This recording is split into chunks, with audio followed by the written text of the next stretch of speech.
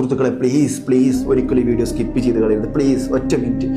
ഞാൻ ഫലസ്തീനിൽ പോയിട്ട് തുടർച്ചയായി 7 ദിവസം സഹായം ചെയ്തൊരു വ്യക്തിയാണ്. അവിടെ നിന്ന് സഹായിച്ച ആളാണ്. ഫലസ്തീനെയും സുഡാനെയും സഹായിച്ച് നാട്ടിൽ തിരിച്ചെത്തിയ സമയത്താണ് ഫലസ്തീനിലെ ജേർണലിസ്റ്റായ യൂസുഫ് എന്നെ കോൺടാക്ട് ചെയ്യുന്നത്. അതിശക്തമായ മഴ പെയ്തിട്ട് അവരുറങ്ങുന്ന ടെൻറ്റും പാറപ്പടക്ക് ഇടിഞ്ഞു വീണിട്ട് കുട്ടികളും സ്ത്രീകളൊക്കെ വെള്ളത്തിലാണ്. എന്തെങ്കിലും ചെയ്തു തരുമോ ചോദിച്ചു. നാട്ടിൽ തിരിച്ചെത്തിയ സമയത്ത് എൻ്റെ സാമ്പത്തിക സ്ഥിതി അനുസരിച്ച് 50 ടെൻറ്റുകൾ ഞാൻ അപ്പം തന്നെ സ്പോൺസർ ചെയ്ത് ഒപ്പിച്ചു കൊടുത്തു.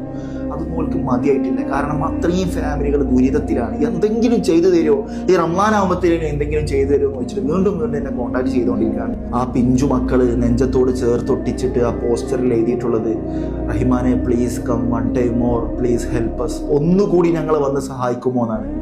സുഹൃത്തുക്കളെ, എനിക്ക് പോകാൻ പറ്റിയൊരു സാഹചര്യമില്ല. ഞാൻ ഈ റമദാനിൽ മറ്റൊരു യാത്രയിലാണ്.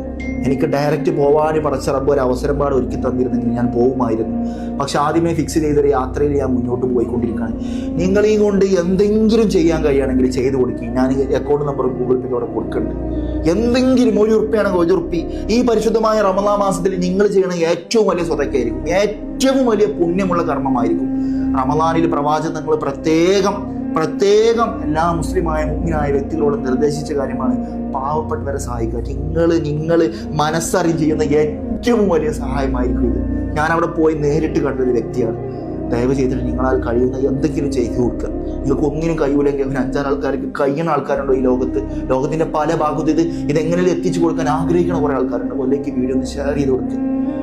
നിങ്ങൾക്ക് ഒന്നിനും കഴിയൂലെങ്കിൽ പ്രാർത്ഥനകളിൽ ഉൾപ്പെടുത്തും. ഇൻഷാ അല്ലാഹ് നിങ്ങൾ ആരും തട്ടിക്കളയരുത്. ഒരുപാട് കാര്യങ്ങൾ അവർ പറഞ്ഞിട്ടുണ്ട്. റമദാനിലുള്ള